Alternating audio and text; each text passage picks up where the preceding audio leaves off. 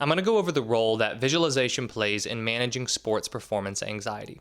Sports performance anxiety occurs when you have these extreme worries about what may or may not happen within a game. You can also experience this during practice. A prime example is a basketball player going into a game, and she experiences a lot of worries and nerves about what's going to happen. These worries and nerves will also manifest themselves in physical symptoms. You know, the churning feeling you have in your stomach, shaky hands. I've had basketball players and other athletes tell me that they don't feel like they have control over their legs, so their legs just get really shaky and they don't end up feeling as fast as normal. And then something else that can happen is your mind blacks out because your mind's racing so fast that you just quiet, right? Your mind just shuts down. You black out. Now, the negative of this is that when you experience sports performance anxiety, it's going to lead to tight play. But also, if you think about that blacking out that I just mentioned, this isn't the, kind of the good kind of playing on autopilot where you're in the flow, you're not thinking, you're just there in the zone and everything goes well. This is more of the I'm on autopilot, I'm not playing well, I'm not in the flow, I'm so anxious that my body's just going through the motions. I don't really know what's going on until after the game, and I think back and I just think about, wow, I really underperformed during the game.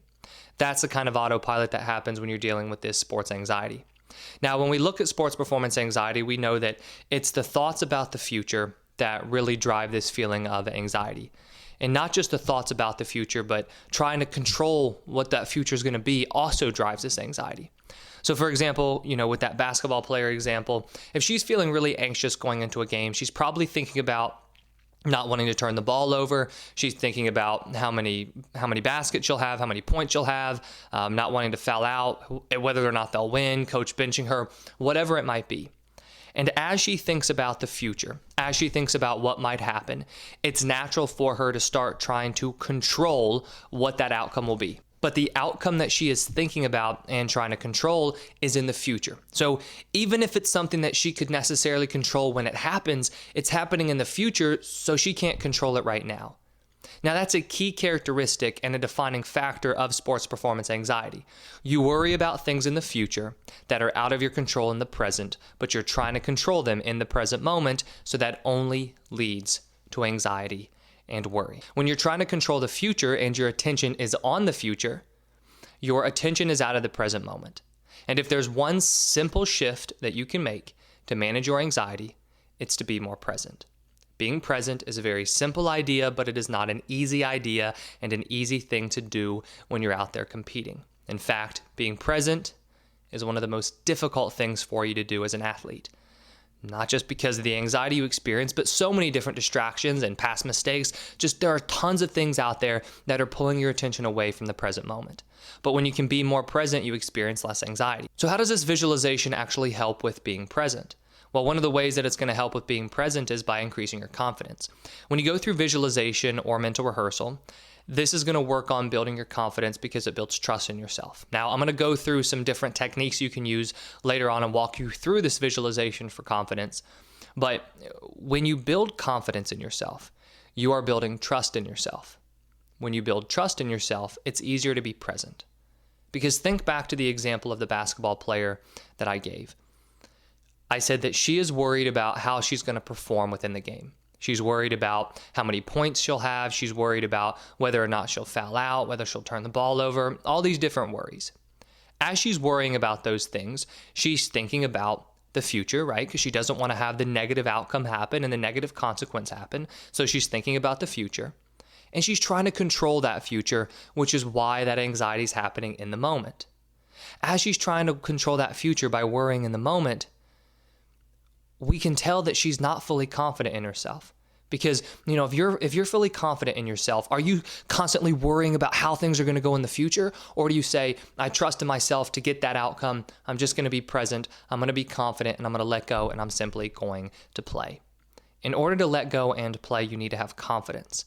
To have confidence, you need to have belief in yourself that you can go out there and play well. Belief that can be built through visualization. And when you're able to just trust yourself to go out there and play freely, that's where you find yourself playing present. Because one of the things that will pull you out of the present moment is anxiety and worry about the future. Just as something that can pull you out of the present is thinking about a past mistake, and then worrying about, oh, I don't want to make that mistake again. As soon as you are confident in yourself and you trust in your skills, you truly trust that you can go out there and play well, you will be more present because you will be trusting in yourself to just play freely in the moment. Now, another way that visualization can help you be more present is by using visualization to help relax. When we use visualization to help relax, what we're focusing on is using visualization techniques or a visualization technique to calm the mind. Calm the mind to a point where the mind can let go of these worries, let go of that need to control the future, and just simply relax into the present moment.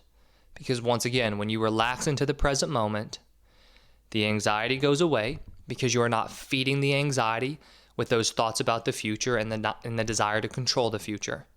You're letting that go, and you are simply present. Knowing that the role visualization has in anxiety is helping you be present by building your confidence and also by relaxing the mind, we want to implement 2 different visualization techniques. You can use these visualization techniques on a daily basis and also before games and during games. I hope you're enjoying the video so far. I just wanted to take a second to let you know of a few different free resources I have available for you. One is a free training on the top 5 mental mistakes athletes make, and the other is a free training for parents of youth athletes to help you build mental toughness in your child. Both free trainings are linked in the description below. Now let's get back to the video. So the first visualization is a visualization for confidence. The reason that visualization or mental rehearsal works on building your confidence is through the memory of success. So when you sit down, you close your eyes, and you visualize, what's happening in your mind is a very similar reaction to when you are performing your skills in real life. So if you're a tennis player and you visualize yourself serving, and you do this over and over and over again, mentally, you're having the same reaction in your mind as when you actually serve. What this does for us in terms of building confidence is it builds that feeling of having done this before. When you have the feeling of, I've done this before, I've seen myself succeed at this hundreds of times in my mind, it's a lot easier to build trust and confidence in yourself. Because how is trust and confidence built? The way that trust and confidence is built is through seeing yourself perform well. It's also built through the way you talk to yourself, right? The conversation you have, also known as your self-talk. But above anything else, confidence is built through success. When you do something well over and over and over and over again, you have more trust in yourself that you can do it well again. So while you're practicing, while you're performing, and you're doing all that in real life, you also want to make sure that you are giving yourself time every day, and especially before games, to visualize and mentally rehearse yourself performing well. Now, the way that you want to do this in terms of a technique is on a daily basis. You want to give yourself about 5 minutes to mentally rehearse your skills. So let's go back to the tennis example. The tennis player could spend 5 minutes visualizing himself serving, or he could spend 5 minutes visualizing himself just playing a match against somebody. The idea with this visualization is not to complicate it.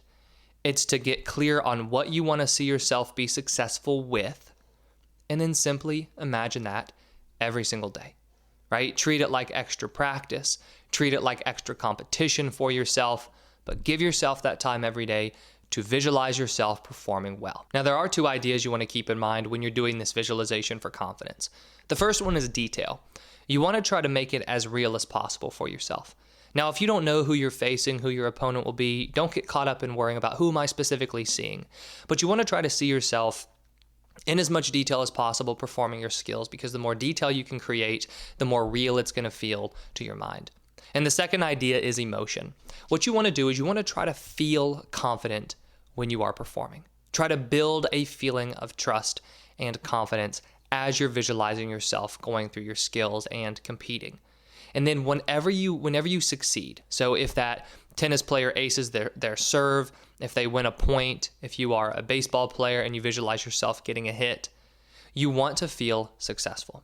Feel happy when it's finished, feel successful, feel proud of yourself, ground yourself in emotion when you're doing this visualization. Then what you can do is when a game is about to begin, you can incorporate this visualization as part of your pregame routine, where either before you get to the field or court, or when you're warming up, or right before the game begins, you can go through and you can imagine yourself playing well in that game. Remember, the idea behind a visualization for confidence to help with sports anxiety is all about the idea of trusting in yourself enough to where you can go out there and play well. Because when you go out there and you trust yourself to play well, you play present. And when you're present, you're no longer thinking about the future and you are no longer trying to control that future. If you're trying to control the future of your performance, that shows us that there is a lack of trust in yourself to execute your skills. We need to work on building that trust. And a great way that you can work on building that trust is by going through a daily visualization practice for confidence, and then also a visualization practice for confidence right before games begin. The other idea behind using this visualization to help with the anxiety is the visualization for relaxation. The way that this one works is we're going to use it on a daily basis to strengthen the ability your mind has to relax. Then what you're going to do is, as the game begins, you're going to bring the scene that you want to visualize back into your mind as a way to just calm yourself down into the present moment.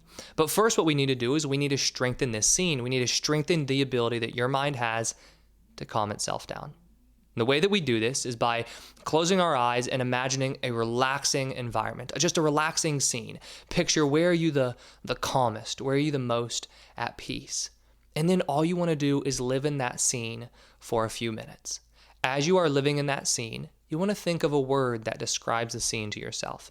Maybe the word is calm. Maybe the word is peace. Maybe it's easy, right? Decide on that word for yourself. Then, as you're visualizing, repeat that word to yourself over and over again while you are visualizing the scene, going into detail, and feeling emotion. The emotion that you'll feel for this visualization is the feeling of relaxation, right? Feeling calm, feeling at peace, feeling at ease. And you want to do this for a few minutes every single day. Because what you're doing here is you are strengthening the connection between that scene, the word, and the feeling that you want. The more you can strengthen that connection, the more powerful it will be in the moment when you go out and compete. Because what you'll do then during games to help bring this feeling of relaxation back is you can either close your eyes and quickly visualize that scene if you have the opportunity to, or if you cannot close your eyes, just simply imagine the scene in your mind and repeat the word. And that's why we want to use this word, because if you've strengthened the connection between that feeling, the scene, and the word, just thinking the word to yourself can help bring back that sense of calm and relaxation. And remember that the more relaxed you are mentally, the calmer your mind will be and the easier it will be to be present. And once again, when you are present, your anxiety reduces. So in summary, when you're experiencing sports performance anxiety, we know that this sports anxiety is driven by thoughts about the future, specifically thoughts of trying to control the future. What's going to happen? Will I perform well? Will I not perform well? We need to get you back into the present moment with your attention. One way to get you back into the present moment is by building confidence. When you trust yourself, you free yourself up to play in the present moment.